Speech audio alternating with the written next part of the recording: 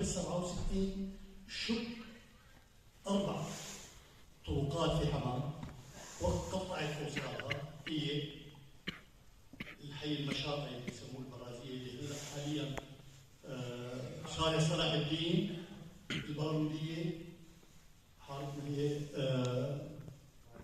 8 آذار، ما بنقول 8 آذار، 18 آذار اللي هي جورة حواء ودار الغنم، وشارع سوق الشجر هو صالح أسامة أبو مقيس.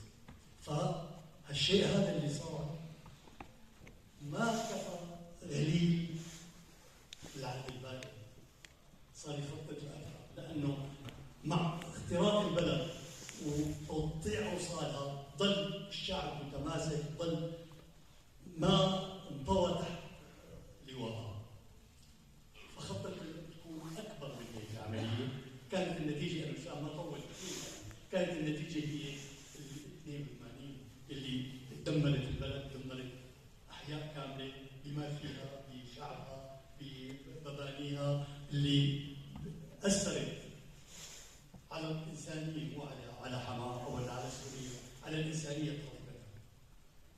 الإنسانية تقضي إنه هالأشخاص اللي قاموا بهالأعمال أن يأخذوا جزاءهم. شكرا كثير. كل الشكر أستاذ علي. طبعا